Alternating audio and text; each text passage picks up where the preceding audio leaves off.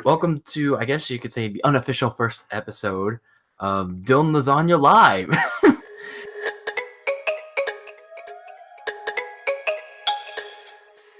Y'all thirsty? Get your water bottles. Drink it up like this. Oh.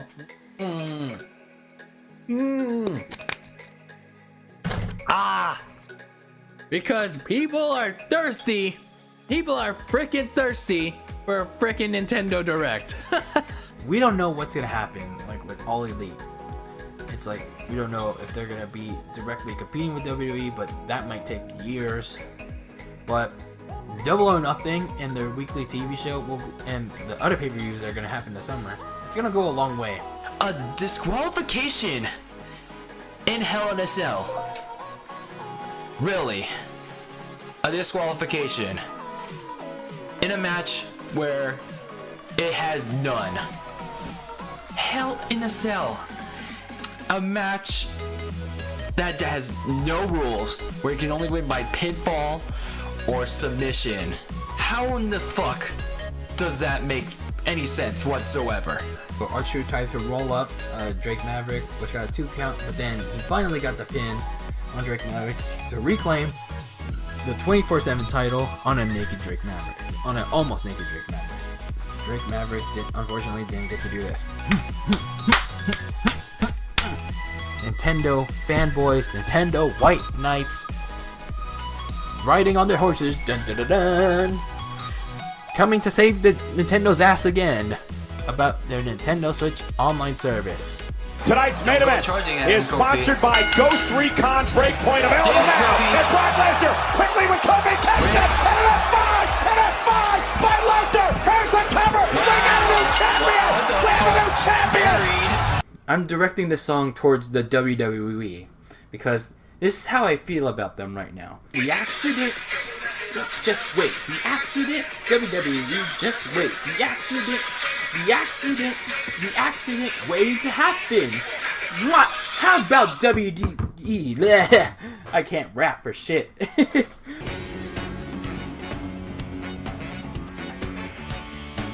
What's up, my salty people?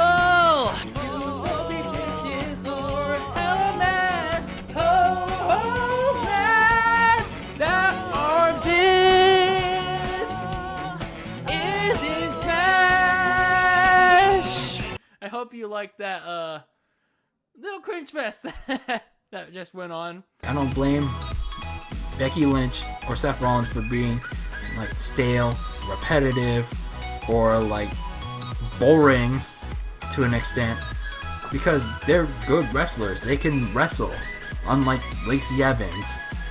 But WWE just wants to like keep running it back with I'm the man, I'm the man, I'm the man, the man's man.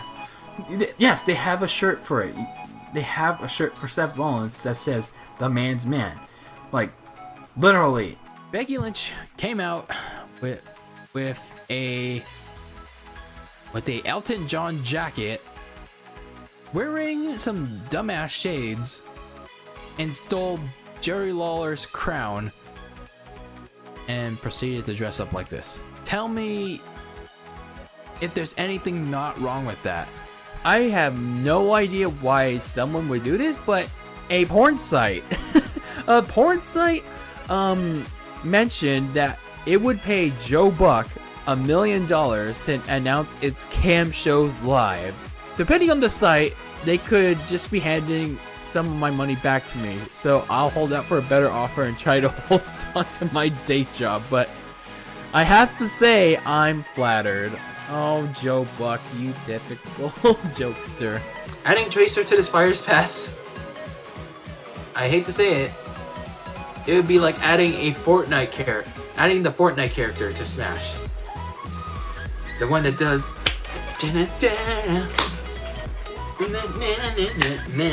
going out of that match, like, because they like take hella spots, like I really can't take it. It's like orgy. Yeah, they get involved in so many spot orgies that, like, all these guys, they were all signed just to keep them away from Impact, from AEW, from New Japan. They were just there to sit their ass home with a bunch of ducats. I mean, granted, now, like, I can live off those bunch of ducats, but how much of those bunch of ducats is it gonna last on? But that just shows that they were hoarding talent for like so many months. What benefits are there to Charlotte stealing away the NXT Women's Championship from Rhea Ripley? Because right now I don't see any, other than WWE attempting to win this non-existent Wednesday Night Wars against AEW. It's not real, people. It's not real. That's where I'm going to leave it for this stream. Hopefully I get to do more of these in the future. Always be delicious. I'll see you all next time. Take care. And with that said, welcome to the 1-year anniversary of DylanLasagna Live. I am your host. I am glad to have been your host of this live streaming podcast that is exclusive to YouTube for the better part of 1 year. DylanLasagna. Thank you all for joining me today. Sorry I had to reset the stream, send out a new stream link, or end the stream prematurely, and then do a new one because I accidentally forgot to reset the frame thingy, and what is it called in OBS when you have to reset the output settings, bitrate. There you go, that's what you call it, bitrate. I forgot to reset that after last night's San Andreas speedrun stream, which, by the way, I'll show you my time shortly. And then it was dropping frames like flies. And so I had to quickly end the stream prematurely, and then I had to reset it and then put it at a stable frame rate. So so far no dropped frames, which is good, but hopefully my internet's not shoddy enough to drop it again. But anyway, time for some shameless plugs. In case you missed my wonderful speedrun from yesterday, let me go check that out. Let me go play a little bit of that here. Hold on one second. Give me a second here. Drop that a bit. If you want to go check out my beautiful speedrun from yesterday, which was a pain in the ass. If you want to go check out my speedrun, I did that yesterday. It's on my channel, finally on demand, after 9.5 hours, the longest stream I've ever done in my channel. That's on the channel, on demand. I'll link it at the end of the stream again, of today's stream again. But yeah, I did that for 9.5 hours. Well, because the other half hour consisted of a pre-show. That was why. And then I'll show you my my final time here. Let me get it up here in just a sec. My final time from that speed run was 8.5 hours. 8 hours, 30 minutes, and 32 seconds, and 18 milliseconds, what have you. So it took me that long. The reason why it took me that long was, still figuring out the kinks of speedrunning, and figuring out the routes, and I'm just not like a hardcore MLG type of video game player in general. But yeah, I did a speed run yesterday. No major glitches, so it was a dupeless any % run. But I was kind of proud of it. I tried my best, and interestingly enough, if I was to put this on speedrun.com, I would have beaten someone. I would have actually beaten someone. I could have been in 54th, but if I were to submit this on speedrun.com, I would have beaten a guy by the name of Careless Grin in the no major glitches category. So, if you guys want me to try to submit this to speedrun.com, let me know in the comments below. If you're watching this on demand, or if you're in the chat, let me know in the chat. But yeah, I did a speed run yesterday. If you want to go check that out. But anyway, that was yesterday. Today, we got the 1 year anniversary of Dylan Lasagna Live to cover. Plus, we got a bunch of other topics we got to cover today. Of course, we're reminiscing the 1 year anniversary and all that. But there is a lot to talk about. Starting with the random tidbits. We got to talk about the random tidbits for this week.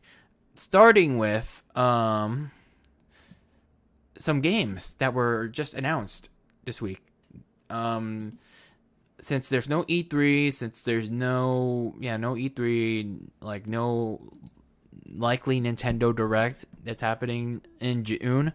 Normally next month is the time that E3 is happening, and this is the time where games get rapidly announced months like for the fall and for the winter and maybe even next year. But we did get a game announcement on Tuesday, and I was very excited for this announcement. So let's go check it out. Let me open it up here.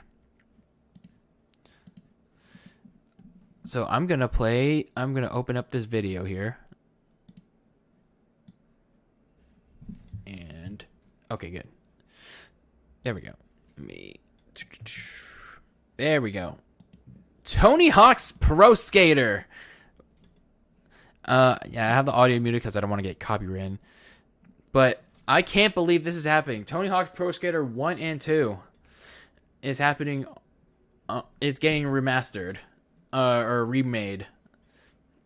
So I don't know what this level is. It's like, oh, there's the school from Pro Skater 1 and 2, and then obviously you got Tony Hawk, and then you got Warehouse, or I don't know if this is Warehouse or I forgot which level this was in Pro Skater 1. Then you got Downhill Jam, the school from Pro Skater 1 and 2. That's pretty.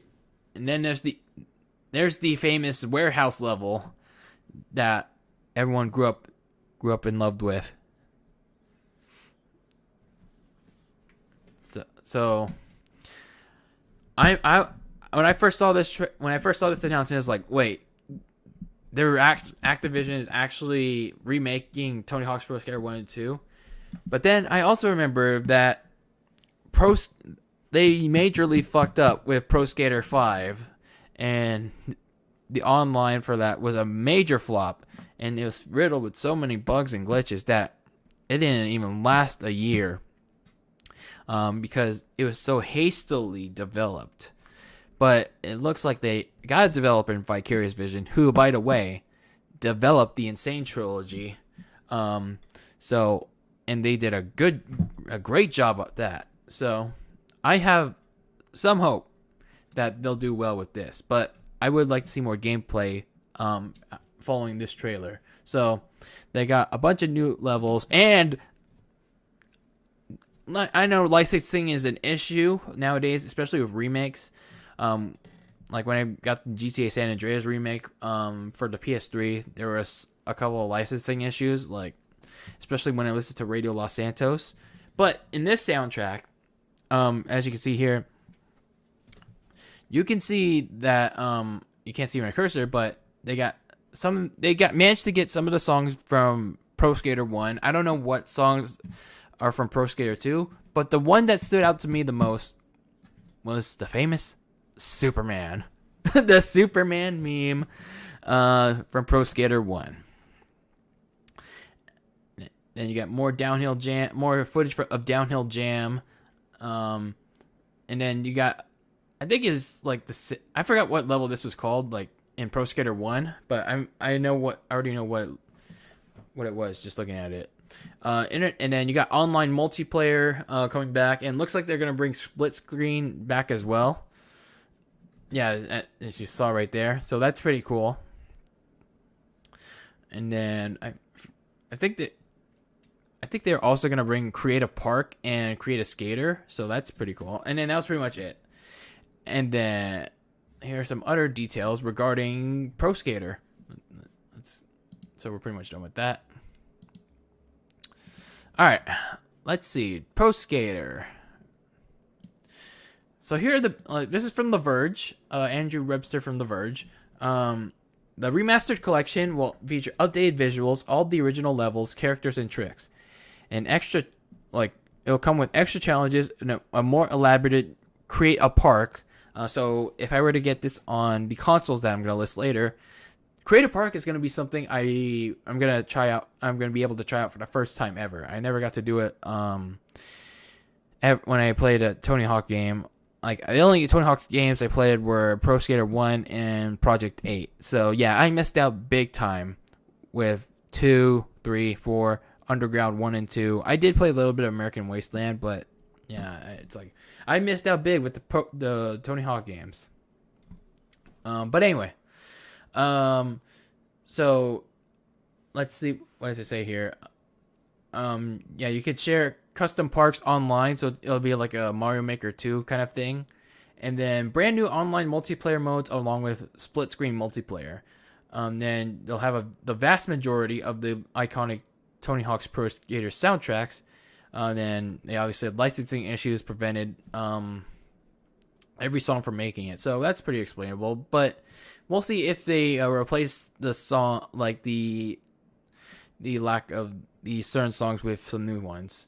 Obviously, I mentioned the remasters being handled by Vicarious Visions, who are the same developer as the Insane Trilogy. And then they go on to say why they're doing the remaster. And then they're also going in depth about the real world, like the roster of skaters, like Tony Hawk, Steve Caballero, Jeff Rowley, Bucky Lasik, Eliza Steamer, Kareem Campbell, Andrew Reynolds, Bob Burnquist. I think that's one of the only names I'm also familiar with from Pro Skater 1 other than Tony Hawk. And Chad Muska. So I'm curious to see how many other skaters are going to be in Pro Skater 1 and 2. And I think, if I remember correctly, Spider-Man was also in Pro Skater 2. So I wonder if they're going to bring him back, but I don't know. And then there was also Officer Dick from Pro Skater 1.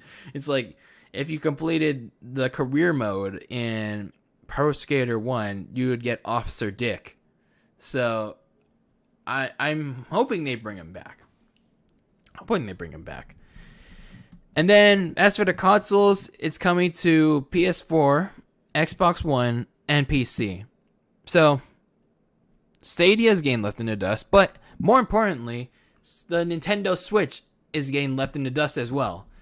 So, my initial thoughts were on that, other than, wow, finally, Tony Hawk is finally back for real. This is not a Pro Skater 5 situation where it's like buggy, glitchy, the online's like fucked up, or it doesn't feel like the OG Pro Skater or like Underground or all that.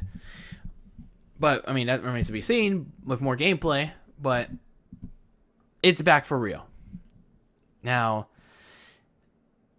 I'm interested in seeing the rest of the gameplay, of course, but I'm also interested in seeing Create a Park, Create a Skater, the split screen multiplayer modes, and all that. But again, I also thought, why is this not on Nintendo Switch? This would be a banger. This would be a instant seller. This would make Activision a lot of ducats. It's like I said in that highlight package that you saw at the beginning of the stream. This would make they would get a bunch of ducats, if Tony Hawk's Pro Skater 1 and 2 remastered were to come to Nintendo Switch. I mean, given this one, THPS 1 and 2 remastered are going to be in 4K, but this is the same developing team that did the Insane Trilogy, and Activision thought, the Insane Trilogy is not possible on the Switch. But then there was one developer that made a level, the first level for the Switch on the from the first game of Crash, and then that paved the way for Crash Insane Trilogy to be on the Switch, which, by the way, physically takes up no space, unlike Spyro Reignited. Might I add you. But anyway, I think at some point in time, THPS will be on the Switch, like maybe, let's say, 6 months or a year later. It comes out September 4th, so maybe a year or two, or a year or 6 months later, it comes to Nintendo Switch. I mean, come on. Tony Hawk is too big of a franchise for it to not be on the Nintendo Switch. It's like, who wouldn't want skating, like that big of a skating game on the go? But again, it's not a guarantee. It's not a guarantee that it's going to be on the Switch. But I would be really hyped if it was, because think of the potential. Think of the potential for how many people if they're going to go out and buy THPS remastered on the Switch. It would be awesome. It would be awesome. But I'm still excited nonetheless for THPS 1 and 2 remastered. I'm hyped. I would like to see more gameplay, though. I would really like to see more gameplay before it comes out. Another game that was announced on Thursday. Not Thursday, but this week. It was announced on Thursday, though. Nonetheless, was Paper Mario, a new Paper Mario game, a brand new Paper Mario game that was announced Thursday. I don't know when the last Paper Mario game was, because I never played a Paper Mario game, but people have been clamoring. People have been wanting a Paper Mario game. They've been wanting Thousand Year Door to be remastered. Well, I don't know about you Paper Mario fans, but whether or not this was your wish, you're getting a Paper Mario game. So, this is via Nintendo Everything. Nintendo revealed Thursday that of a new Paper Mario game titled The Origami King. So, here are some of the details from the press release. Looking to add an extra dimension to your adventures? Are you ready for your fun to increase tenfold? Well, a special invitation to a colorful, paper-crafted world has arrived. Princess Peach is welcoming Mario and Luigi to attend the Kingdom's Origami Festival when Paper Mario The Origami King launches exclusively for Nintendo Switch on July 17th. There's one tiny wrinkle in the festivities, though. Princess Peach seems a little strange. To learn more about mysterious behavior... Okay, so I have to view the trailer again. So let's go check out the trailer. But it says here, it seems as if King Ollie... I thought I said oily. King Ollie, who claims to be the ruler of the Origami Kingdom... Origami? I say origami. What the fuck? Origami Kingdom has hatched a devious plot that endangers everything Mario holds dear. It looks pretty dangerous on paper, so someone who is a cut above the rest is needed to save the day. So let's take a look at the Paper Mario trailer. Paper Mario Origami King. What's up, noob? How are you doing today? God damn it. Origami. I can't spell. Damn it. The Origami King.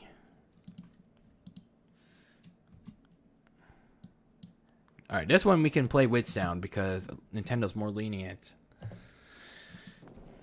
So pretty much everything's made with digital, like 3D origami, I guess. 3D paper. So there's Princess Peach in the origami. I'm not a fan of the sound. I'm not a fan of the sound effects here. So, my first thought here was, is Peach the villain in this game? Like, in the Paper Mario series, for those of you that are Paper Mario fans? Or is she just possessed by the Origami King? Let me know. It's like, I haven't played a Paper Mario game, so I'm not too familiar with the series. But let me know. Let me know what's going on here. Paper thin, get it?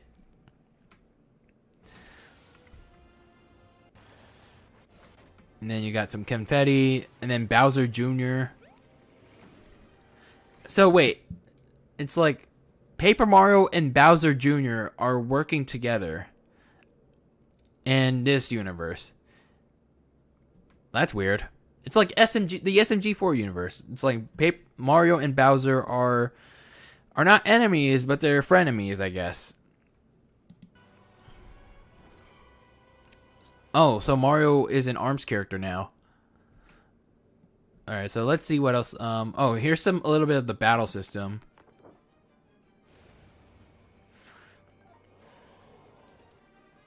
Well, not really, but I'll show you a little bit of the battle system. But yeah, that's pretty much Paper Mario.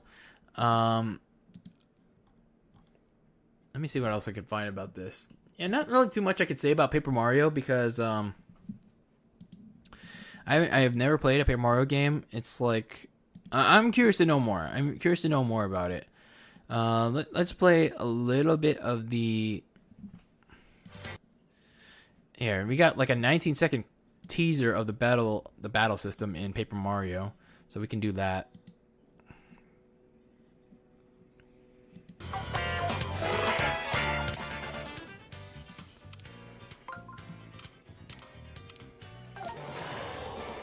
So you're just pretty much lining them up. And so you can like do a wave attack. That's kind of an interesting like battle system, but I don't know. Let me know how you guys feel about Paper Mario. It's like I'm not too familiar with the game or the series, the Paper Mario series, but I'm not sure this is something I'll pick up.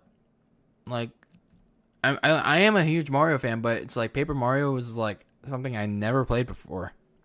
So like, let me know how you guys feel about Paper Mario in the comments below. If you're watching this on demand, or like if you're in the chat. All right, so those were your random tidbits for the week.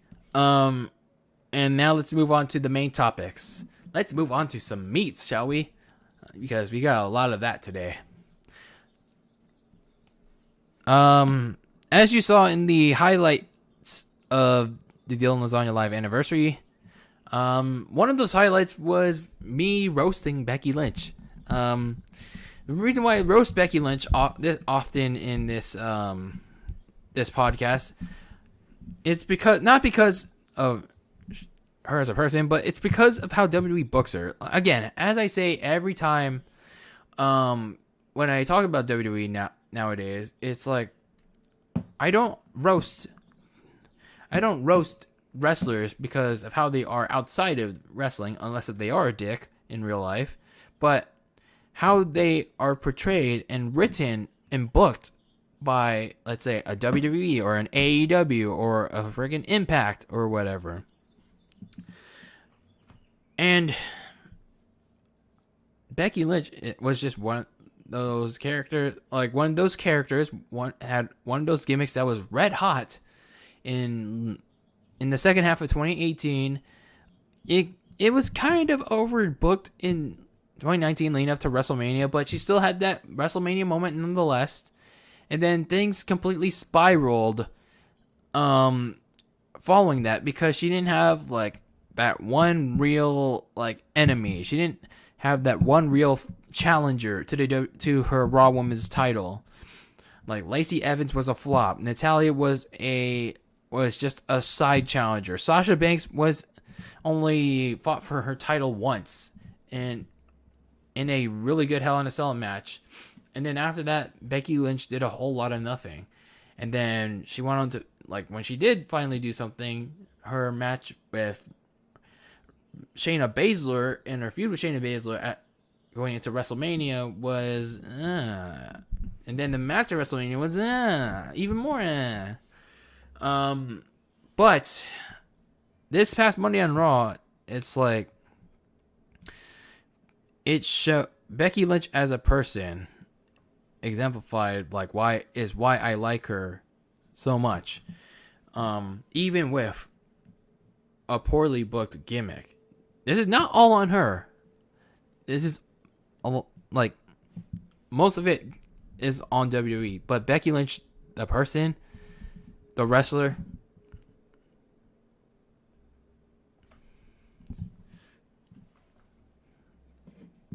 her announcement on Monday exemplifies why she's going to be something. She's gonna be one of those people that some people will talk about once she hangs it up. Monday on before Monday's Raw, we haven't seen Becky Lynch physically get in the ring. She would only do promos. She would only speak about who will be her next challenger, or she would talk down on whoever would win the Money in the Bank briefcase on the women's side. And then that was a month ago. Now, ever since then, she's been nowhere near Monday Night Raw. Sunday, we knew Asuka. Last Sunday at Money in the Bank, we knew Asuka won the Money in the Bank briefcase. Little did she know she would win more than that. That's because on the following night on Raw, Becky Lynch came out with the Money in the Bank briefcase. She I was going into this. I was going into this segment, this opening segment to Raw. It was wait, why did Becky Lynch steal the Money in the Bank briefcase from Asuka? So she's a thief now. She's not the man. She's the man, and she's the thief. I'm okay. But no, Becky Lynch had good reason. She had good reason to take the briefcase from Asuka. And then there were a lot of major rumors going on today, but yada yada yada. But I strayed away from those rumors, and for good reason, just as good of a reason as why Becky Lynch stole the Money in the Bank briefcase. Because if something major happened, I want to have a legitimate reaction. I didn't want it to be ruined by leaks, rumors, news articles, what have you. So Becky Lynch put the Raw. I keep saying Raw Women's title. She didn't come up with the Raw Women's title, not even on her waist, not even on her shoulder. She put it, it was nowhere near her sight. But she came out with Asuka's Money in the Bank briefcase, which, by the way, the Money in the Bank ladder match was filmed a month prior. So she puts it on this pedestal that's in the middle of the ring, and then it takes a little while for her to start cutting the promo. I could tell right away that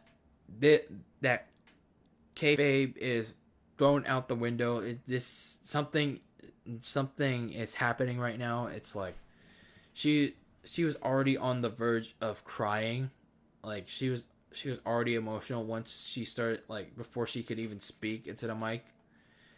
So she starts the promo by stating that she is at a very difficult point in her life.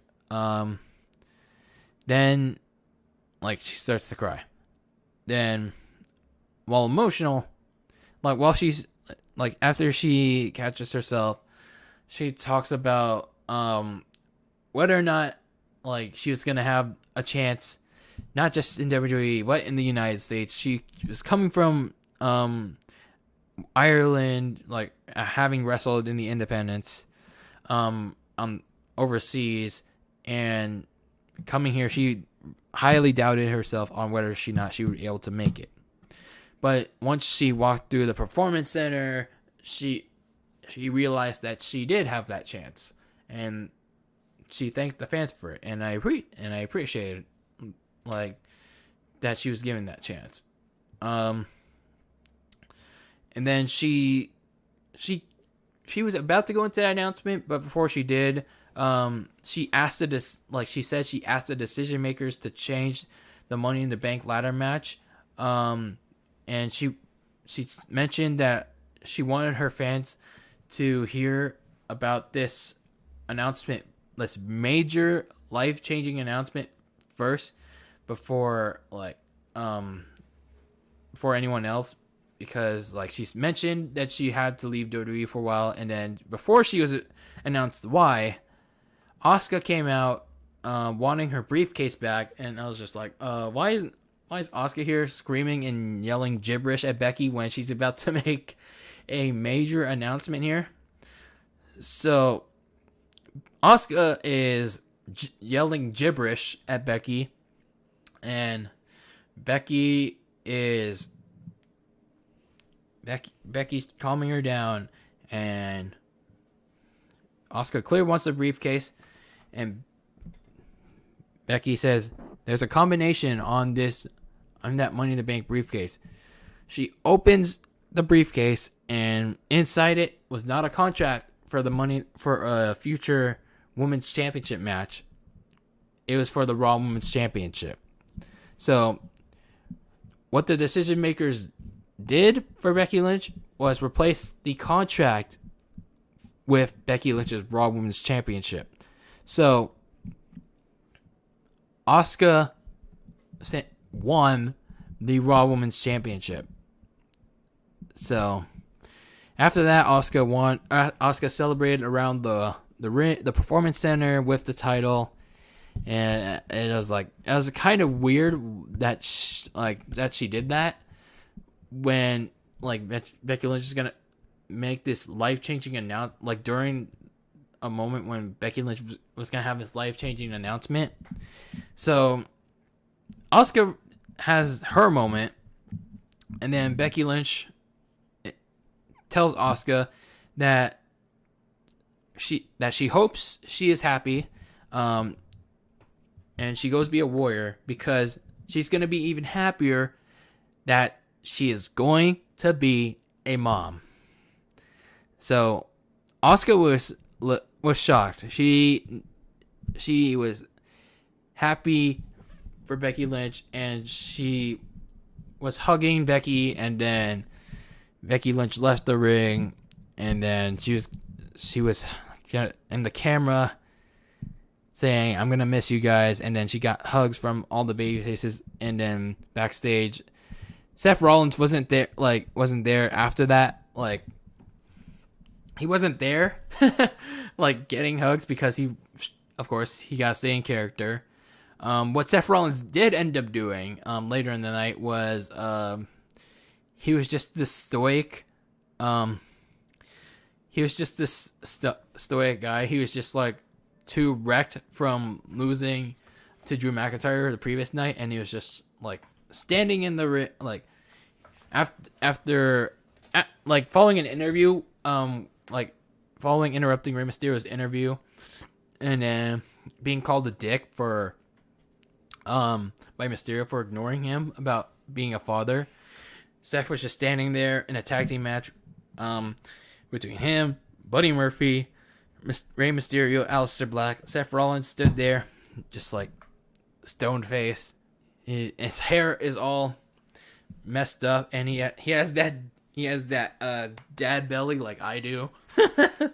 Not as bad as I do, but you get the point. He already has that dad belly, that fat Thor belly, and then he's just standing there. Murphy's trying to call him for a tag, but Seth Rollins just stone faced, staring at Mysterio, and then Mysterio elbows him an accident, and then that's when Seth Rollins just snaps and he stabs Mysterio's eye into the steel steps, and then starts bleeding, and then Seth Rollins just drinks it in, man, that I'm finally relieved.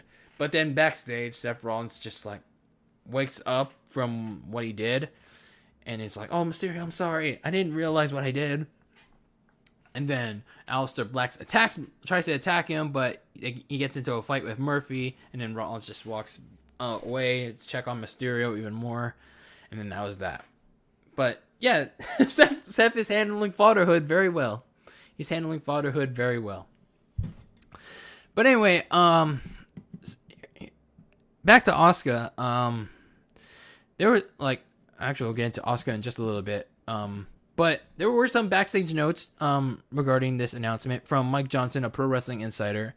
Lynch and WWE officials kept the news very quiet, and rightfully so, because like Lynch wanted to keep this as a big surprise for everyone involved. And you could tell by that because they were reporting that Lynch wasn't very talkative with people, according to Johnson. And it wasn't until after the segment was taped when she started beaming about the news to people in WWE, and she started talking to People Magazine about it. And then Mike Johnson reported that there was no timetable for her return, clearly. And Johnson was told that WWE wants her back if and when she wants to come back. And they say if because this is like with Brie and Nikki, especially Brie. It's like having kids. It's a major life event. It's like, especially for a wrestler, it's like you don't know if you're gonna be able to come back. You don't know if you're gonna be able to handle like the responsibilities of balancing between being a wrestler and taking your kid on the road. I know Lacey Evans is a wrestler and has kids, but I mean, I don't want to go too deep into it, but some wrestlers can handle responsibility, others can't, so we'll see how like that goes. But regarding Asuka, so her reaction to the news that she was going to win both the Raw Women's title and the news about when Becky Lynch announced that she was pregnant live on TV or in that segment, they reported that was legitimate, and it clearly showed that it was. So those are my notes on that, and let's get into my opinions on it. I was this like when as I said before going into this going into Monday's segment, it's like I saw on Twitter, it was like from like No DQ, JD, like Sean Ross, Ryan Satin, that there's gonna be some major news about Becky Lynch going into tonight's Raw, and I was like, nope. I want to be as surprised as possible because I want to be as emotionally invested as possible, because that's what wrestling's all about. It's like, especially in 2015, I was like too obsessed with wrestling rumors and leaks that, I don't know, I found that it kind of made wrestling too predictable for me back in 2015 because I was too into the news, the rumors, the leaks. It's like that point in my life kind of ruined wrestling for me. So I didn't want this moment to be ruined as well. And going through this segment, going through the swing of things, I almost cried. I legitimately almost cried. I almost broke down emotionally. Because I was just like so happy for Becky, you know? It's like she was like, even like despite her getting creatively mishandled by the WWE, like during her man gimmick, in the later stages of her man gimmick, especially in the last year. It's like she as a person is very genuine. She's legit. Like she's funny, she's nice, she's punny. It's like she clearly likes her puns and toast. She's very like outside of her man gimmick, it's like, and her last career, she's very humble about what she does in the ring. And outside of it, she's, all I can say about Becky, like, outside of the ring, she's very, like, I haven't met Becky, but like just judging by her outside of it, like she would, if I ever met her, she would be a very lovely person to meet. And their personality and emotion reflects that. I'll be honest with you, like, before I get on that, actually, all I could say is, like, Becky's gonna be a fantastic mother. Whether it's a boy or a girl, she's going to be a great mother. My only question going forward is if she's going to be able to return to the ring. Like I said before, now, like, some wrestlers can be able to balance their parenthood with wrestling. Like, for example, Lacey Evans. She's currently balancing that right now. She's had her daughter multiple times on WWE TV. But again, not all wrestlers not all wrestlers are able to handle the responsibility of balancing their careers with parenthood. But I mean, we'll see what happens. We'll see what happens. It's too soon to even go to that stage, but it's something worth mentioning right now. But I don't want to like try to bring as much as I'm like hypocritically bringing it up right now. It's like, let's not talk about that part right now. But I will say that, like, if she chooses not to return, like, it's like there's not even much like she needs to accomplish anyway. She's already had that Hall of Fame career. Like, even at her age, at 33 years old, like, she's been the longest reigning women's champion in the modern era. Like, whether or not it was a Raw or Smackdown women's champion, like, she was Raw women's champion for 399 days. Again, longest reigning women's champion in the modern era. Like, that surpassed both AJ Lee and Nikki Bella. Actually, let me fact check that for a second. Let's see. WWE Divas Championship. Yeah, Nikki Bella was 301 days. And then, yeah, Becky Lynch clearly surpassed that. Let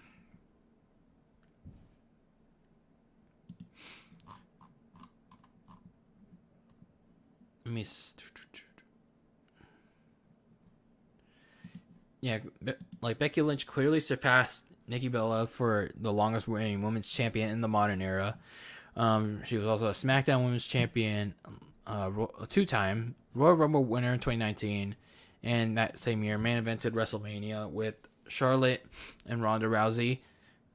It's like, what more can you ask for her? Like Money in the Bank, like, she doesn't really need that. I don't know what else. Like, the women's tag, like, she doesn't really need the women's tag team titles. The NXT Women's Championship, like, no, not really. It's like what more do you need? Like, what more does she need? You know. But all in all, like, Becky Lynch, if she can't come back to the ring, it's like she's had a Hall of Fame career. Like, she deserves a spot in the Hall of Fame. Like, what more can you ask? What more can you ask? All in all, congratulations to Becky Lynch. And it was a very heartwarming segment. It was such a ride. It was such a ride, and I'm happy for both Becky Lynch and Seth Rollins.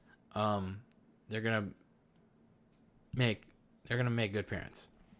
Now, I gotta turn some attention to the Raw Women's division, because now that Becky Lynch is gone, either whether it's like for the foreseeable future, her child is expected in December. Like, it's also expected that she's gonna be caring for that child for the foreseeable future, like, once it comes. And we don't know if she's gonna be done in the ring or if she's gonna come back. But either way, the Raw Women's division, it's ass right now. Let's just say that. It's ass. The only legitimate, like, person in that division right now is Asuka, your current Raw Women's Champion. That's the only person left that's legitimate. And it's like, ever since the pandemic hit, like, in the Performance Center, Asuka, despite her, like, the annoying gibberish, has done well with, like, evolving a little bit with her character, but she's been put on, like, some good matches in the ring. And this was a long time coming for Asuka, you know?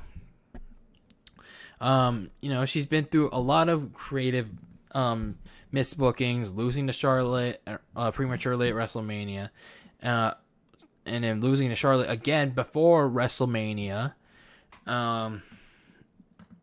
It's like there's a lot of creative missed bookings prior to Monday. So I think Asuka, hopefully she gets a lengthy Raw Women's Championship run. She's not like a transitional champion for someone like Shayna Baszler, someone like that. But other than that, I think Asuka is the only worthy, like, woman on the division right now. Shayna Baszler, she can also be a threat in the division, but she's lost she's like had that run to WrestleMania to Becky Lynch, but then had that downer match against Lynch. But granted, it was reported that by multiple outlets that Lynch wrestled pregnant. But we don't know the legitimacy of that. But that's why she didn't, like, that's why they had that downer of a match. But either way, not a good match. And then she also lost Money in the Bank, where she was originally supposed to win it, and then continue her feud with Lynch over the summer. But obviously, Becky Lynch's pregnancy changed that. But I feel like they should have still had Baszler win the match nonetheless. But either way, I guess Shayna Baszler could be a challenger for Asuka. There's also Nia Jax, but it's like, I don't know. It's like about Nia. But outside of those three, it's like the list is nowhere. The list is non-existent. There's Bianca Belair, the EST of something. Like, Bianca Belair could, like, challenge Asuka, but she's apparently still associated with the Street Profits. It's like she hasn't been doing anything on Raw for, like, ever since WrestleMania. There's also Kairi Sane. She could turn heel on Asuka. Apparently they're baby faces now, after that moment on Raw. But it's like, I don't think WWE is building towards that yet, so we'll see. So, like, now that Becky Lynch is on an indefinite hiatus, maybe, like, we don't know if she's ever going to come back, WWE has to fix the Raw Women's division, like, now. They have to fix it now, starting Monday. Like, regardless of this dumb rule that I'm going to talk about later, they need to start fixing it now. Like, ASAP. It's like, they built around Becky Lynch for a year too long, and now it's coming to bite them in the ass. So, we need to, like, they need to fix this now. Let's move on to some Otis. How do you all like some Otis? I'm starting to like some Otis. So, let's talk about Otis, because he was the surprise winner of Money in the Bank as well last Sunday. In my Money in the Bank preview, I mentioned that it was either going to come down to AJ Styles, but I had Aleister Black as the man to win it at Money in the Bank because it would help his character. But I said Otis would be the wild card because WWE seems hell-bent on pushing him. And turns out Otis won the Money in the Bank.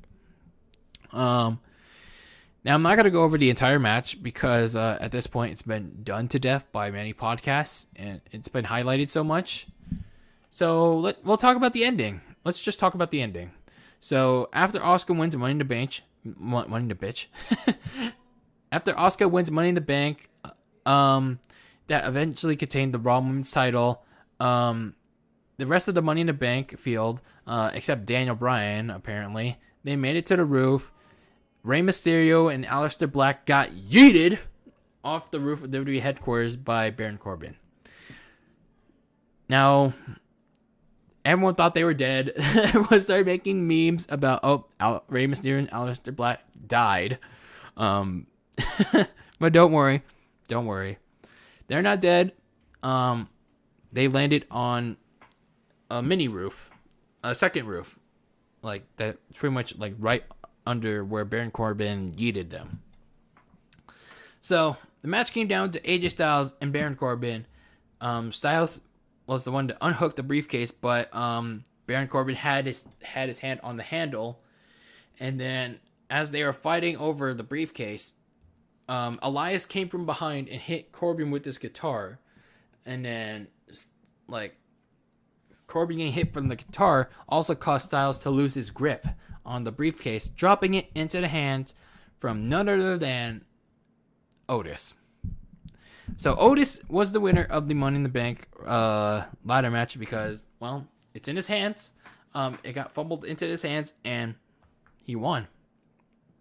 So, I was going to talk about my opinions on that following this, but there was some follow-up to Smackdown yesterday. So, Otis appeared on MITB on yesterday's Smackdown, where Miz, I would say rightfully, immediately questioned the legitimacy of Otis winning Money in the Bank. Morrison, on the other hand, he was just there to ask a lot of weird-ass questions, in my opinion. Like, what's in the briefcase, and whether Otis was pregnant like Becky Lynch. Like, what the fuck, Morrison? What the fuck, John? What are you doing?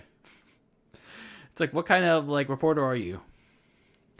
But anyway, Miz and Otis were just talking about, like, Otis's life prior to WWE, and then Otis revealed he had a learning disability, which is a good trait to have, like a good character trait if WWE wants to expand on it more. But it's a little like nice touch to add, you know, and it makes Otis a lot more likable. He also explained that his mother helped him in that learning disability, and his mother helped him in maintaining his grades so he could play sports, especially wrestling. But then that led to Miz questioning how Otis was able to not only get Mandy Rose, but also step closer to becoming the Universal Champion by winning Money in the Bank. So after Miz called for Otis to get Tucker for a tag team match, Otis mentioned that Tucker wasn't there. Because of the Decemberary on the Oregon Trail. Whatever that means. So pretty much, in other words, Tucker isn't coming back anytime soon. So, instead, he teamed with Braun Strowman to defeat Miz and Morrison in the main event of SmackDown yesterday. So, here are my thoughts on this. I love Heavy Machinery. I love what WWE has been doing with Otis and Mandy Rose. I just think that WWE made a hotshot decision by rewarding Otis's major push with the Money in the Bank contract. So, in my opinion, I think they're booking themselves into a corner again. What a surprise. What a surprise. Now, granted, Tucker hasn't been on TV since the post-Mania SmackDown, likely because he doesn't want to travel during the coronavirus pandemic. But even then, I feel like he's in danger of being Marty Jannetty 2.0, 3.0, 4.0. I feel like he's going to get lost in the shuffle in all this. Whether that's getting, like, ousted from Heavy, like, turn to Heavy Machinery, or just, like, oh, like, well, Heavy Machinery's done, now we're going on our separate ways, or, like, Tucker gets jealous, of Otis's success, like good luck success, I don't know. I feel like Otis and Tucker do well together rather than apart. Did you even did I mention how Otis mentioned how Tucker was lost in the Oregon Trail? It's like, that's not a good sign. That is not a good sign for the status of heavy machinery right now. So, I will say that Otis winning the Money in the Bank, it's like, I feel like I was shook, but I'm also thinking that I just feel like Otis is not ready. Like, he has the charisma. He shows that every night. He has the gimmick. He's like super energetic. He's got the oh yeah. But other than the interaction he had with Braun Strowman on Friday night, he hasn't been in a world title match or feud yet. And I do believe he won't be in one yet. Like, because Strowman still has business to deal with Bray Wyatt, even if Wyatt wasn't on SmackDown this week. So, I don't know. I just don't see this ending well for Otis. If WWE continues to march on with this push, I do think that he's either going to fail to cash in the title, or he's going to successfully cash in, but he cracks under pressure. And I don't want to see that happen to Otis. He has star power, but I think he has star power with Tucker by his side. So I just don't want him to crack under pressure. It's like, I just don't think he's ready. Like, he's not ready for it yet. But who knows? I'm just a guy sitting here in front of a camera, like, with like a couple of people watching on YouTube, like, talking about this. So here's the thing. I'm gonna suggest this to WWE if they don't think Otis is ready, or if Otis doesn't think he's ready. There are two ways they can get out of this. One of them's a route that most people aren't gonna like. The first one is they can use this new rule that I'm gonna talk about later, very shortly. That involves Otis losing the briefcase to AJ Styles, who has a case of feeling robbed of the briefcase. So in order for that to happen, Styles needs to lose at some point in this tournament, which we're going to go over later. Alternatively, Tucker comes back, so Otis cashes in the Money in the Bank briefcase on the tag team titles. Whether that's on the New Day or the Street Profits, he cashes it in on a set of tag team titles with Tucker. Yeah, most people aren't gonna like that. But it's gonna be a waste of the Money in the Bank briefcase, like it was with Asuka cashing, or like just like flat out getting the Raw Women's title from Becky Lynch. But it saves WWE's ass from like eventually like burying Otis later on. It's like they need to get out of this corner that they again put themselves into, and these two ways they can get out of it is either having him lose it to someone like AJ Styles, who has a really good case of taking it from him, or like, yeah, they can like cheat. He can get cheated out of the briefcase by Styles, or he cashes it in, like Pokemon Gamer 95 says, cashes it in with Tucker on the tag team titles, which, in my opinion, could open the door for a mid-card Money in the Bank ladder match. Like a mid-card title Money in the Bank ladder match. Who knows? They could, like, a Money in the Bank contract for a U.S., Intercontinental, or tag team titles, or heck, you can even throw in the NXT title as one of the titles you could cash it on. We'll see.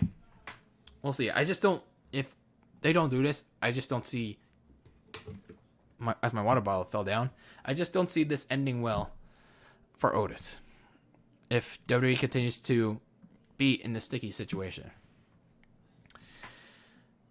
All right, we got three more topics here because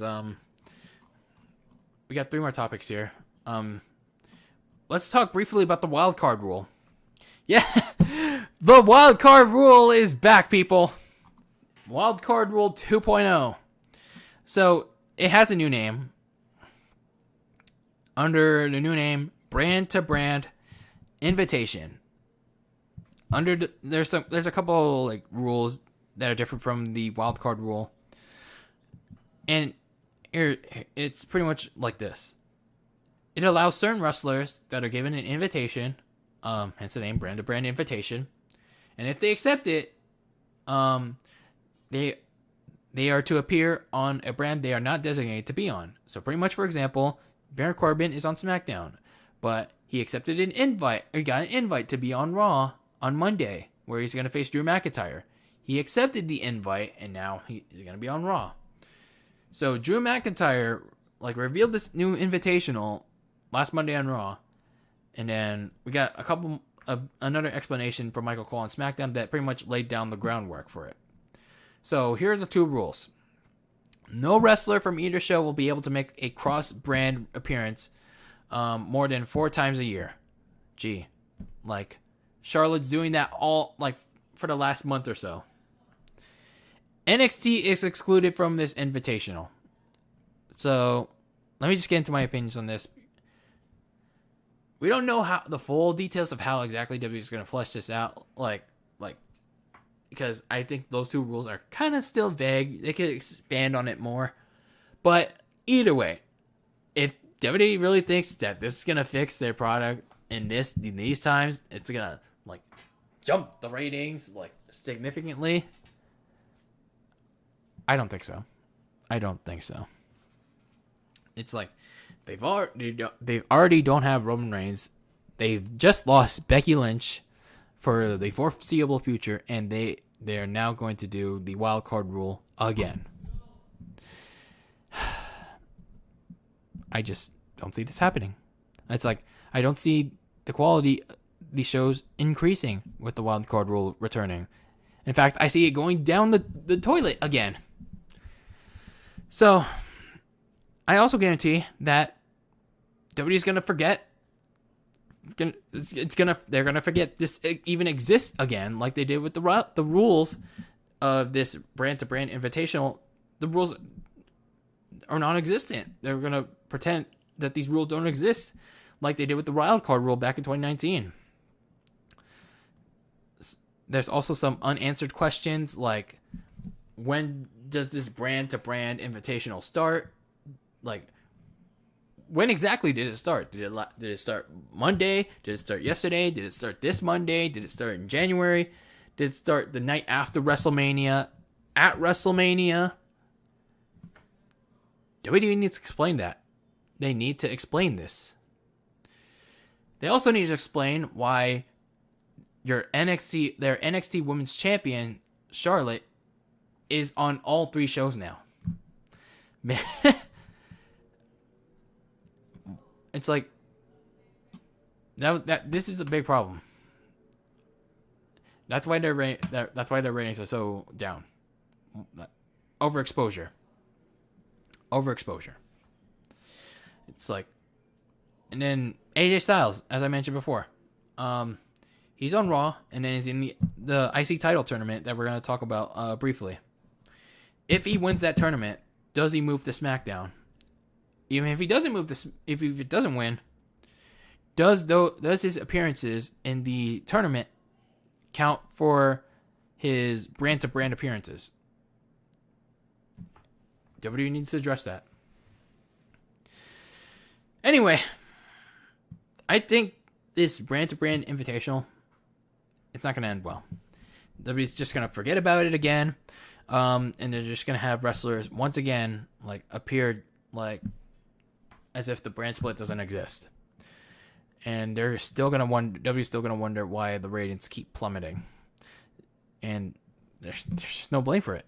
They can't blame the pandemic. They can't blame the lack of talent, because they put a rule there that if you don't want to perform, then you can choose not to perform, and we won't punish you for it.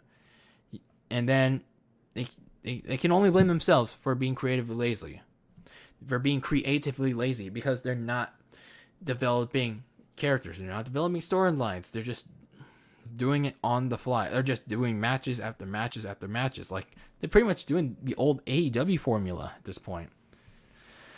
But I don't know. I just don't see the brand to brand invitational, aka Wildcard World 2.0, going well for WWE again. All right, my last topic for before we get into the 1 year anniversary discussion is Sami Zayn being stripped of the Intercontinental Championship. So it was announced on WWE Backstage on Tuesday that WWE stripped Sami Zayn of the Intercontinental Championship. So pretty much the title is vacant. That's why I mentioned the IC title tournament throughout this video or this stream. So a tournament began yesterday on Smackdown to determine the new champion. So this is the bracket. In the first round, it's Daniel Bryan and Drew Gulak, which Daniel Bryan won. Then we got Jeff Hardy versus Sheamus. The winner faces Daniel Bryan in the semifinals. Elias versus Baron Corbin, which Elias won. And then AJ Styles from Raw versus Shinsuke Nakamura, and the winner faces Elias in the semis. Sami Zayn was last seen at WrestleMania 36 on night 1, where he retained the Intercontinental Championship against Daniel Bryan, but hasn't been seen since. Dave Meltzer reported 2 weeks ago on May 1st that Zayn made the choice not to come to the tapings. Again, everyone had the choice to do so. Meltzer then noted later that Zayn still had not agreed to return. So, I will say this about Sami Zayn because I can't blame him for not wanting to wrestle during the coronavirus pandemic. I would agree that you shouldn't. You shouldn't, plain and simple. But even then, Sami Zayn hasn't really been wrestling that much for the better part of at least a year. He's been a mouthpiece for the likes of Cesaro, Shinsuke. At one point, he was a mouthpiece for Mojo Rawley, but that went nowhere.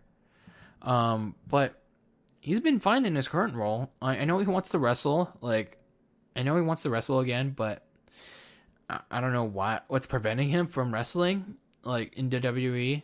But he's a good promo worker. He's a good mouthpiece.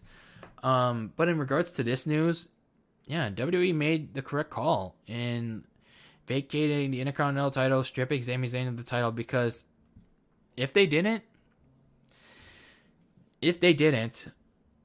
Sami Zayn would just be like Brock Lesnar.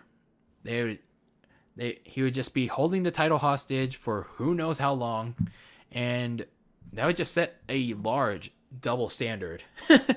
Even with a guy like Sami Zayn, it would set a double standard when it comes to even the mid-card titles. And we do not want Sami Zayn being like Brock Lesnar. Taxi cab Stan. Right. But anyway, before we get into some of the comments here in the chat, I want to briefly make some notes on the participants. I think the bracket here is pretty decent. I think people were talking about how good the Daniel Bryan Drew Gulak match was, because it's just two friends fighting it out in an exhibition, to see who advances in the tournament. So I'm gonna go back and watch that match. AJ Styles is also in the tournament. I already talked about that, so I'm not gonna retread that. But I just hope him and Nakamura don't dick kick each other into the semifinals. But people were also asking why Cesaro wasn't in the tournament. And I was a little surprised. But given WWE doesn't want to push him for some stupid reasons, then again, not so much. But all in all, it's whoever's the Intercontinental Champion, I just hope WWE makes it semi-relevant, because I listened to a little bit of the IC title, the pre-IC title tournament, and they were shilling, they were simping hard. Yeah, I used whatever simping means these days, but they were white knighting hard for the current prestige of the IC title. And bro, the IC title has meant nothing. It has meant nothing in the past year. All of a sudden, you're like, you're white knighting, you're shilling for this title. It's like, get a credible champion first, and like build a credible champion first, and then we can talk about how credible it is. All right, let's get into some comments here. I know you guys have been eagerly anticipating for me to talk about been chatting, so sorry for ignoring it. It's mostly Pokemon Gamer, so hello, how you do? He responded to some of my comments about Otis.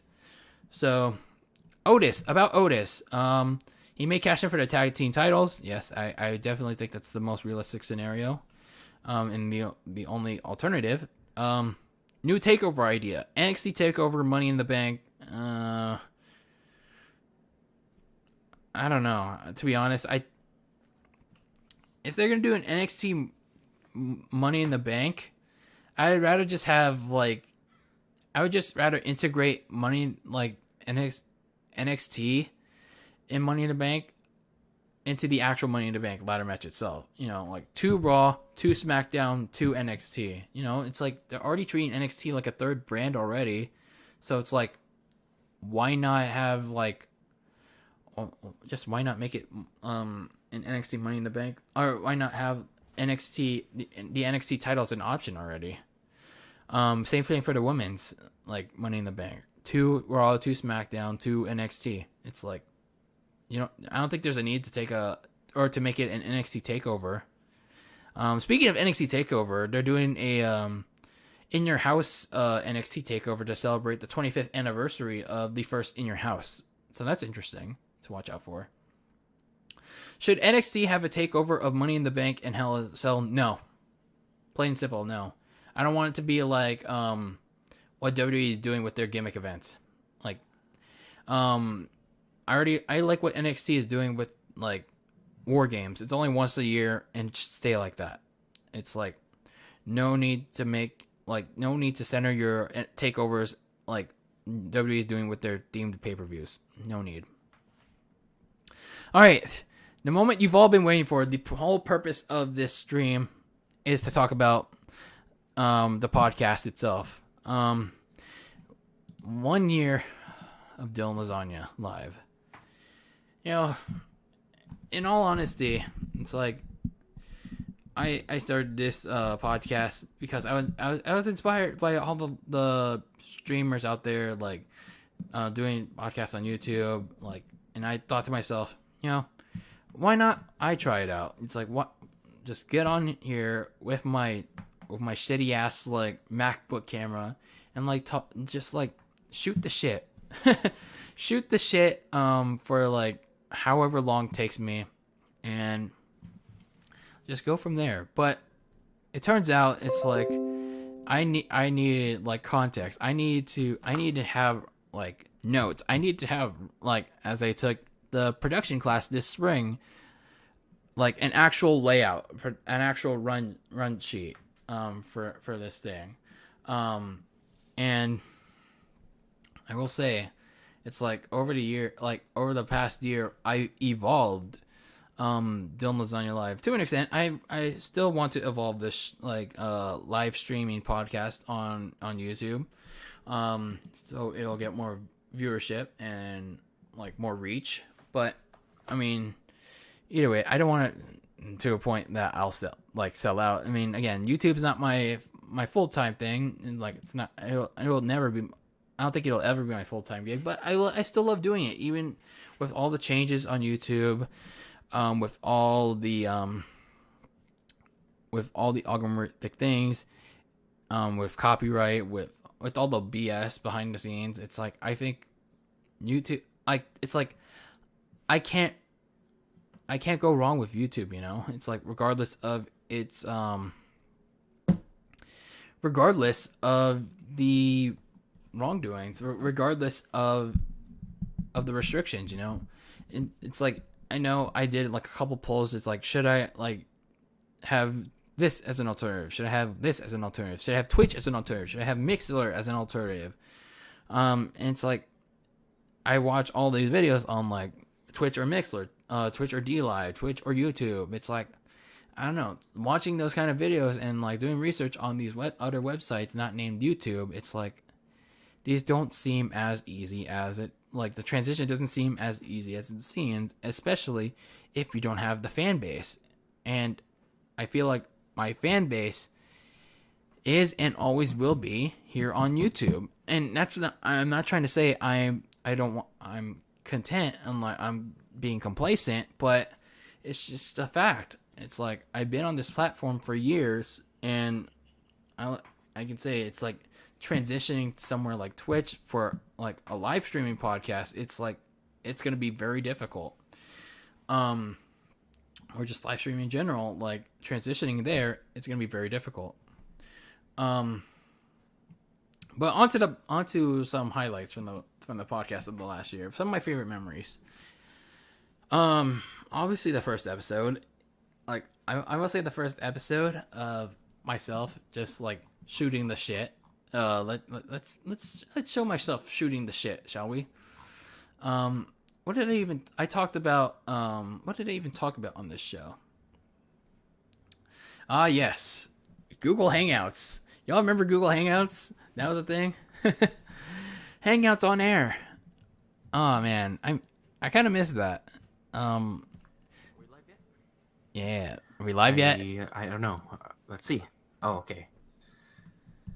All right. Damn, look You're how much live. Look at how much I evolved. Using that shitty like MacBook Pro camera, but you know, you got to work with what you have, you know. You have to work with what you have. Just when you're like starting this stuff.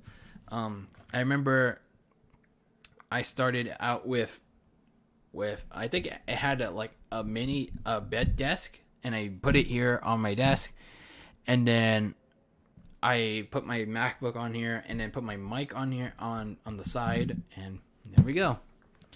And then I went on to talk about the current state of the channel. I think it was during this time, like I finished my first semester I was going to Cal State East Bay, and then 1 year later, here I am, a graduate of Cal State East Bay, a 2-time college graduate. I graduated from Maloney, and now I graduated from East Bay. And then the Mario Maker 2 Direct and the Mario Maker 2 Nintendo Direct also happened at this time. And then I shot the shit with my usual like criticisms with Nintendo Switch Online. So, damn, hella crazy. I guess every time I talk about Nintendo Online is when it's like when I go off. It's like those are one of my favorite topics. And then I think it was episode 2 when I started to adjust a little bit. That's when we got into the longer stuff. And this was also episode 2 is also around the time where AEW was about to have its debut pay-per-view.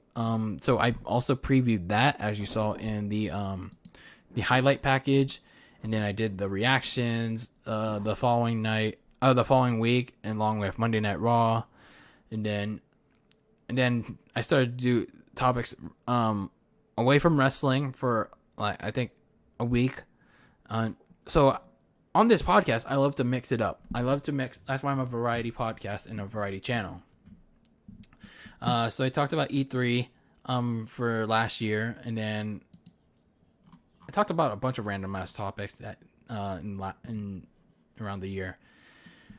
Some of my best topics were the E3 were E3, and then 2K20 was another good one. Oh yeah, the accident where saying the accident waiting to happen song from First Take, that was good. I will admit one of the worst episodes I did was the Splatoon one. I just like bullshitted that one because I was just like, you know what? Let's celebrate the end of Splatoon updates, like celebrate some of my memories. And I was just like, yeah. I was like, all right. I think that was also the that was also the stream that I debuted. I started doing the podcast with my phone. It's like, you know what? Let's try to get a cleaner image and use my phone, because you know what? My phone has somewhat of a cleaner image. So, although it's like the topic itself wasn't that great, you know what? Like from a production standpoint, it was fairly decent. And then, like one of my favorite topics was talking about was Crash Team Racing, like how they were implementing microtransactions in the game, like even though it turned out to be useless eventually. And then what else did I talk about? The SummerSlam reactions that we're going. Oh yeah, I liked the interview with the next week on episode 16 with my friend Sam. He was on the podcast a couple of times. So I like doing those. Oh, and this one. It was this stream.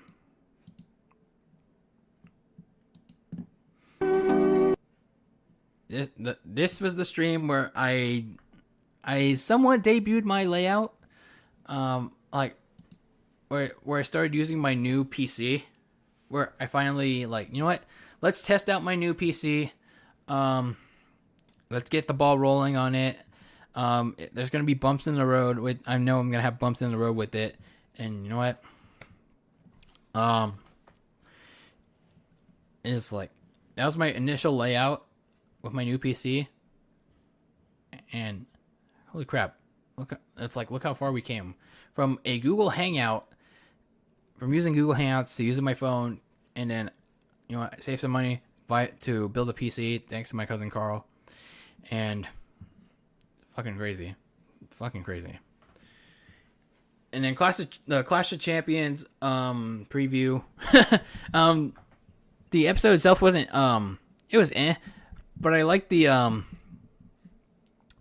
but I liked the thumbnail. I liked making the thumbnail because that's how I felt about the show. It was literally the build was literally crap. So I don't know if I still had the thumbnail. I don't know if I still had the thumbnail on it. Pokemon Gamer, why are you spamming random ass faces? I don't appreciate like that. Why? It's like not cool, man. Oh, it's in my other computer, so yeah. It's like oh well. But anyway, oh yeah, and then fall was also my weird obsession with Joe Buck. That was also one of my favorite seasons of like mini seasons of DL Live. Oh yeah, this was also the time where like some of my worst episodes of DL Live also came out. The unpopular gaming opinions. That was episode 26, I believe. The one topic where I had My Little Pony on it, like where I was talking about the finale, the series, because at the time, like I think it was a day after or a week after, it was either after the WWE draft, a day after the WWE draft, or the day after the Fox debut, that the MLP finale aired, and then I wanted to talk about it, but then it's like I haven't watched the show in like so long that I just couldn't really like faithfully talk about it. So it's like I just bullshitted it. So I didn't like how the podcast for that one turned out. And that was the first podcast on the now dead, on the now non-existent Dylan Lasagna Live dedicated channel. For those of you that are longtime fans, it's like you all remember the Dylan Lasagna Live channel. I sure as hell do. And then there was also the one episode where like I just did a bullshit CTR stream because it's like there's no topics to cover. There's nothing to cover, so I was just like, you know what? I don't know what my thought process was at the time. It's just like, let's just use a random Dylan Lasagna Live episode so I could play CTR. And I was like, now I look back at it, it's like, I'm not doing that again. I'm never gonna do that again. So it's like, if there's no topics for DL Live, then I'm not gonna do an episode. But if I want to stream a game, then I'm just going to do it separately from DL Live. So that was my major mistake with that. And, of course, that was the last...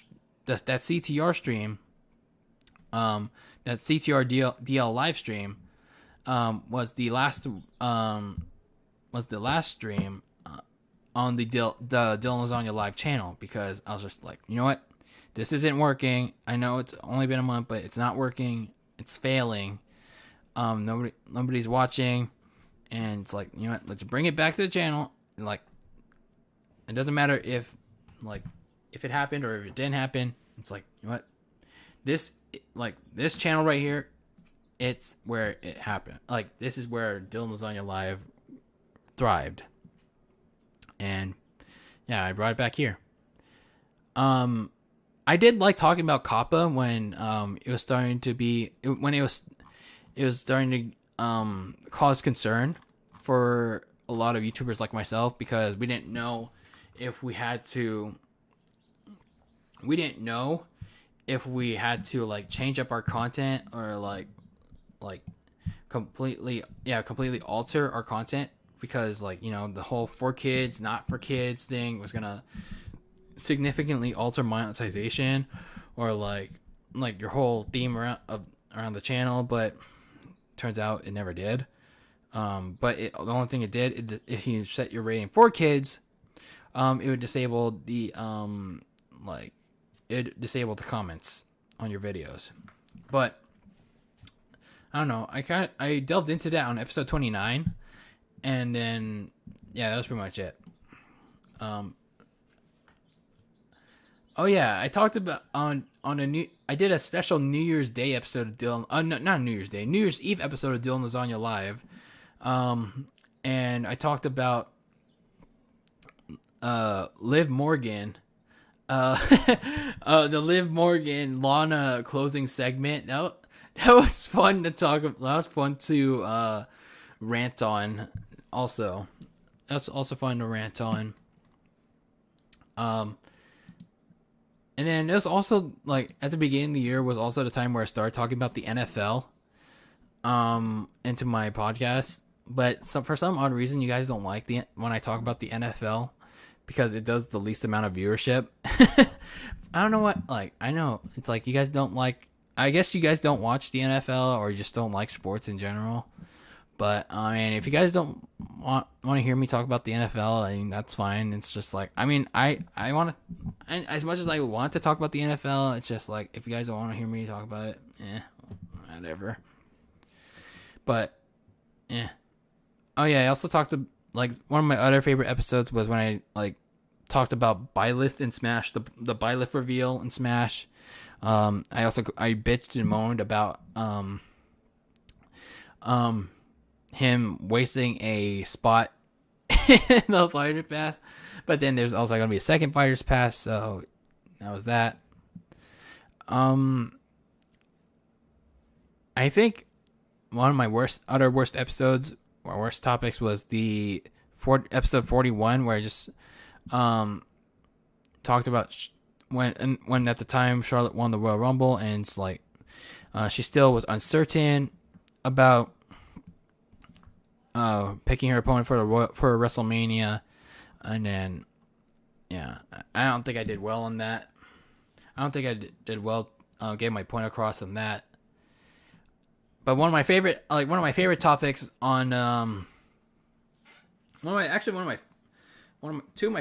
from the podcast. It's not my favorite episode, but two of my favorite topics are whenever it comes to the Nintendo Direct, you know, especially when at the time, like 2 months ago, and there's no sign of a general Nintendo Direct.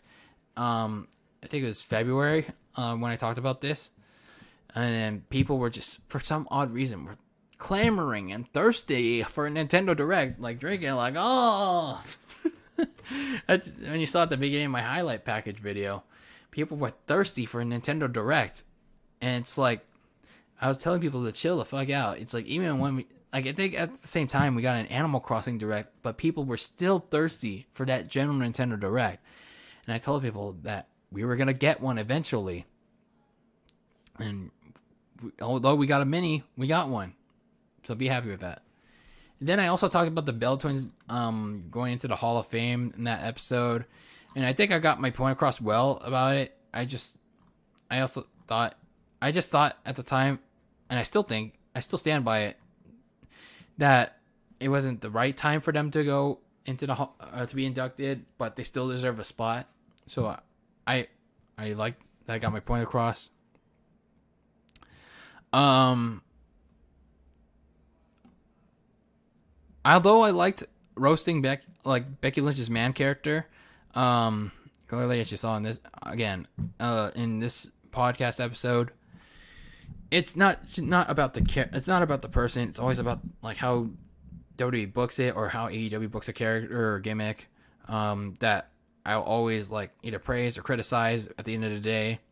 You know, it's just like how WWE books a character or a gimmick. It's if the person is a dick, then yes, I will roast them. Like how Seth Rollins was like having that back and forth back in the summer of last year. Then yeah, I'll call them out for being a dick. But if the person is different than what they portray in the ring or on TV, like they're as genuine as Becky Lynch is, and behind the scenes, then yeah, it's like I'm gonna praise them like I did earlier on in the show.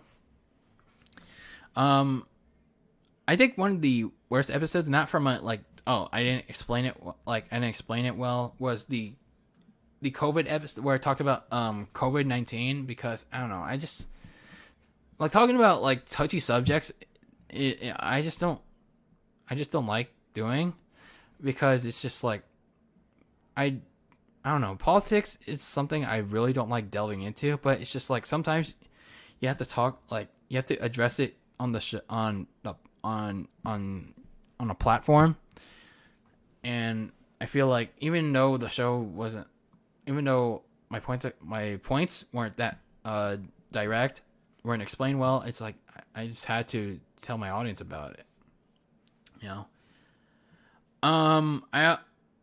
one of my favorite moments from this past year was me doing stupid shit on the podcast. You know, because I love being like over the top for you guys. I love being like doing ridiculous things for you guys. Two of those ridiculous things you saw on the highlight reel. So one of them was me drinking water like an idiot, like, you know, to exemplify how thirsty fans were for the Nintendo Direct, and more likely they will still be thirsty, regardless of what state we're in the world right now. They'll still be fanboys. They'll still be thirsty for a Nintendo Direct. And then the other one was me, where is it? Flailing around like an idiot, celebrating. This is kind of hypocritical of me. I was mad. Not ironic. I don't know, hypocritical, mad, what have you. Me like roasting the Smash community because like, they're happy. They were half and half about Byleth getting in the game, but now they were up in arms about an ARMS character getting into Smash. So I was happy about. I was mad about the. Not mad, but disappointed about the ARMS character getting into Smash. Oh, not the fuck. I was disappointed about the Fire Emblem character getting into Smash through DLC, but I was happy for the ARMS character getting into DLC, because I felt like there's already enough Fire Emblem characters, despite Three Houses being released in July, but the ARMS character deserved more representation because it's a new franchise, it needs exposure, and the Smash community and the Nintendo community was like, no, it doesn't. It's like, no, it freaking doesn't. So you know what I did? I danced around like an idiot, had this like green screen effect with like salt, but technically it's snow.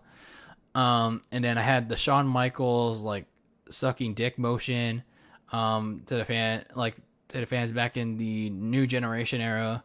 And then I was like trying to come up with lyrics on the fly to the ARMS theme song, like my own lyrics to the ARMS theme song.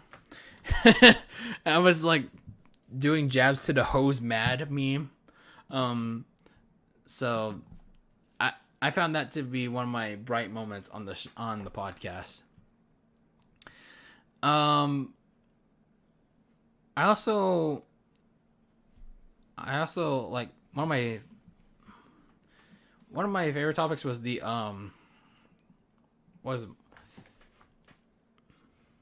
don't know. I think I find this a more middling topic, a more half and half topic. The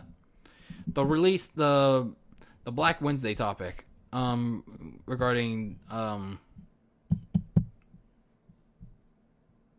do I say it? Regarding the mass releases of WWE, like that WWE did on April 15th, back on April 15th. I think it's like I don't know if it's debatable whether I explained it well or not, but I feel like it needed to be addressed because it's like they've been hammer jibbing, like they've been holding on to talent just so AEW doesn't get it, but it's like, for what? It's like they're just handing them big contracts so they can so you can do nothing with them, and so that nobody else can have them, and now it's backfiring on them. And then, although it wasn't the main top, like one of the most recent topics I touched on the show, but it wasn't heavily featured that I touched on, was the Susie Lou situation. I feel like I can't really, like, it was one of my worst, like, side topics to talk about on the show, because it's like, although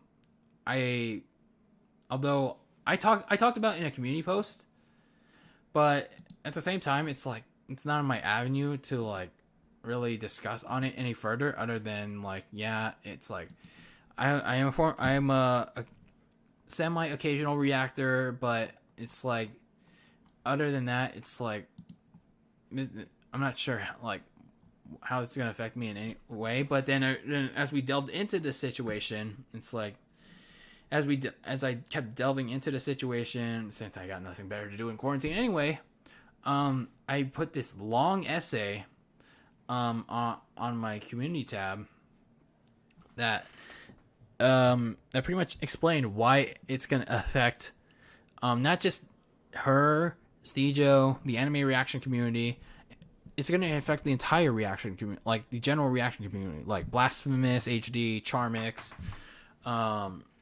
like all the good people, all the good and bad people that do reactions, whether or not it's fair use. I even question if my reaction content that I did back in 2017 and to this day is fair use. Most likely it's not, but most likely it is. It isn't. Some of it is, some of it isn't. You can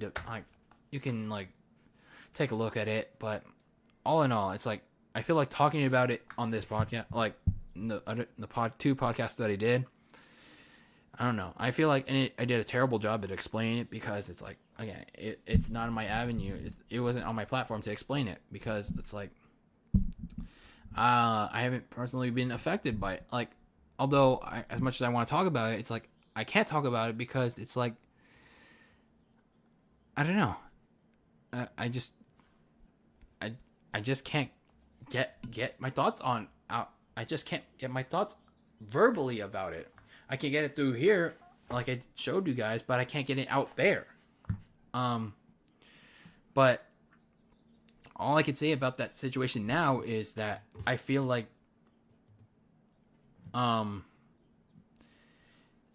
it's clearly getting to a point where, it's starting to get somewhat tiring, like constantly following it. Like this Susie girl, like posted something on Instagram about, she considered, she was like, she's gotten death threats, and she took a walk at, like, in the middle of the night, like contemplating you know what, and it's like something like ending her life and something. And I don't know, it's like this whole thing is completely taken in like a weird ass turn. It's like one day like she's making like she's like she claims that she's not bullying, but then like the commentator shows that she is bullying, so she's like a hypocrite. And then the other day she's claims that I haven't flagged people, but then the commentator shows that she is flagging people. So it's like she's a hypocrite. Like she is a hypocrite, but it's like I don't know. This whole thing is very like touchy. It's very it's too touchy for me to talk about outside of the post I did 5 days ago. All I can say is, if she doesn't stop now, if she doesn't stop what she's doing now, then everyone, including the general reaction community that actually does fall under fair use, it's like we're gonna lose, or we're gonna lose a shitload of a whole entire genre of content here on YouTube. And that's not what the people reporting on this are trying to do. All they want to do is have her apologize, and that's it. But there is a fine line of like constantly like reporting on her, and I feel like, yeah, it's like, I think we're at a point where it's like I think you just need to report on select things from here on out. It's like not report on every little thing that she just like bashes people on. But those are just my thoughts. It's like, again, not my avenue to talk about the Sushi Lou situation, and that's just a topic that that's just a side topic I talked on two podcasts about that I feel like was one of my worst topics, because it's just like I can't get my thoughts, I can't emotionally invest my thoughts on, because it's like, even though I used to do reactions in the summer like fully, and then I moved on to occasional reactions because of the Charmix, like people were calling me out, were criticizing me for the Charmix thumbnails, which granted was valid, and you know what, I decided to change it. I decided to move on from reactions, and once I came back from reactions, I adapted my reaction format, my reaction style, so you know what, so it could fit people's needs, and we'll see what happens from here. All in all, I just thought that topic was one of the worst that I've done on this podcast. But what do you guys think? What do you guys think? Like, what were your guys' best moments? What were your best moments, worst moments, best topics, worst topics, best shows, worst shows? Let me know in the chat, or if you're watching on demand, let me know in the comments below. I can't believe DylanLasagna Live is a year old, and we're gonna keep going. We're gonna keep going until I can't no more.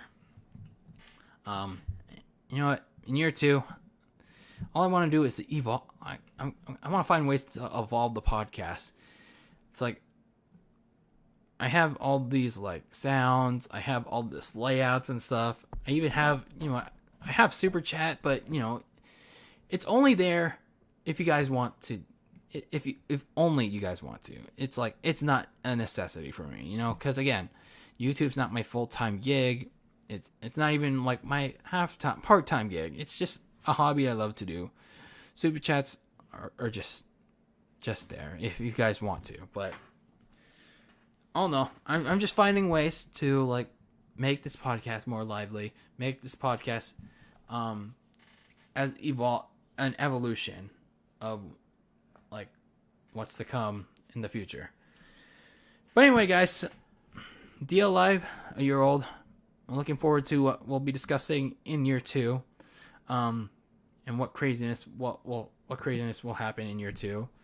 But yeah, here's to another year, and here's to another 50 episodes of DylanLasagna Live. Hopefully, like, now that I'm a college graduate, and then I'm obviously gonna be looking for jobs and all that, but we can have like another day of DylanLasagna Live other than the Friday shows. But again, I'm gonna stick to the Friday shows for now, but maybe I can add another day for the podcast, but we shall see on that. But anyway, guys, thank you for joining me on this episode of DylanLasagna Live, episode number 57.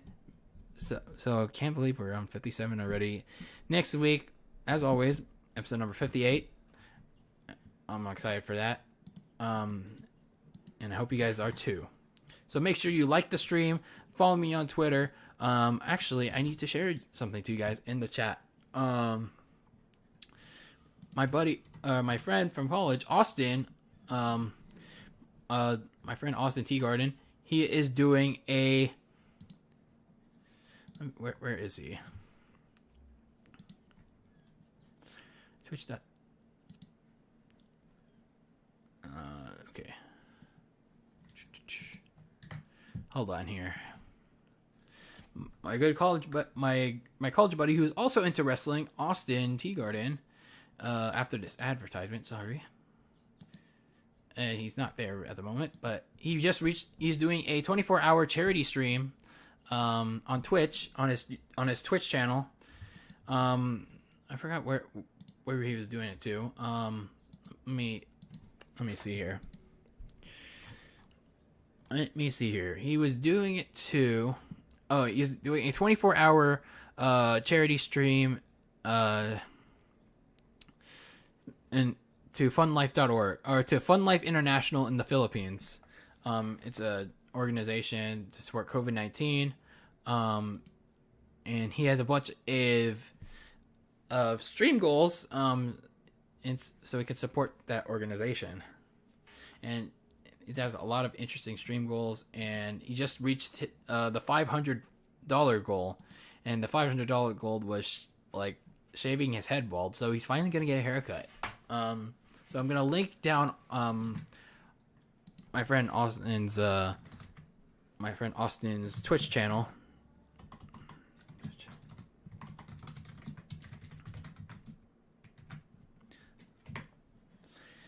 So let me give him a little shout out here. So right now he's streaming. Right now he's doing a 24-hour charity stream. His username is tbush007. She's in her room. Yeah, I'll get her out here. But yeah. So if you want to go check that out, I left the link in the chat. So he's got 17 hours to go. And hopefully he can stay awake during those during those hours. And yeah. But again, make sure you like, make sure you comment, and all that fancy stuff. If you want to follow me on my social media, I'm at DylanLasagna on Twitter, as well as Instagram. And if you're not already, what are you waiting for? Please subscribe. It means the world to me. And make sure to like the video so it gets recommended on YouTube. And as always be delicious.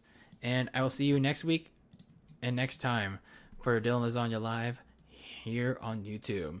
And let me just get the music so we can roll on out of here, because I'm hungry as heck and people are waiting for me, because apparently we're having a mini graduation ceremony when I already had the anniversary stream lined up.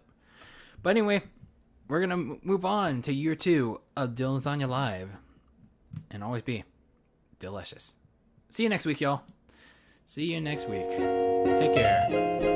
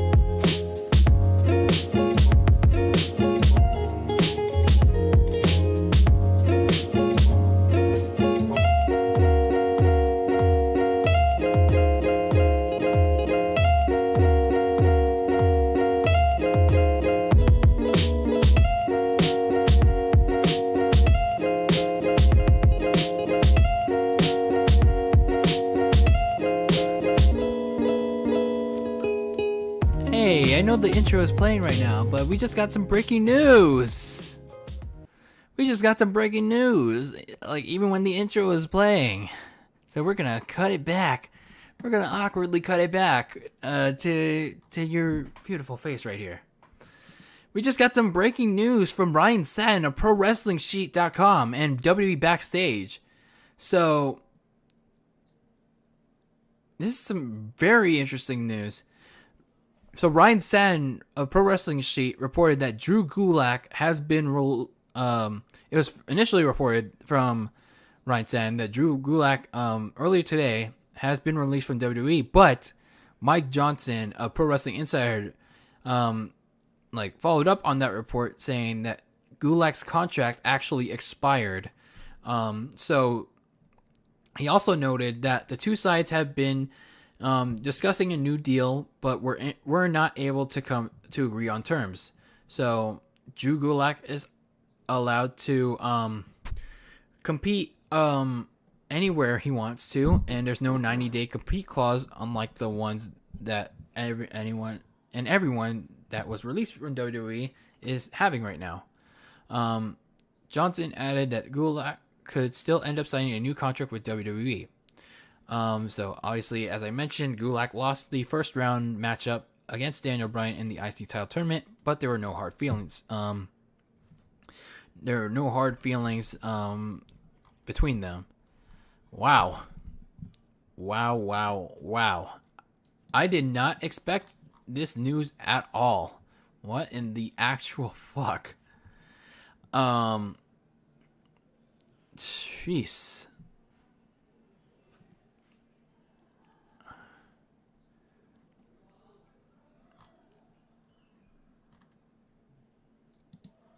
Everyone is mad that WWE actually allowed Drew Gulak to walk.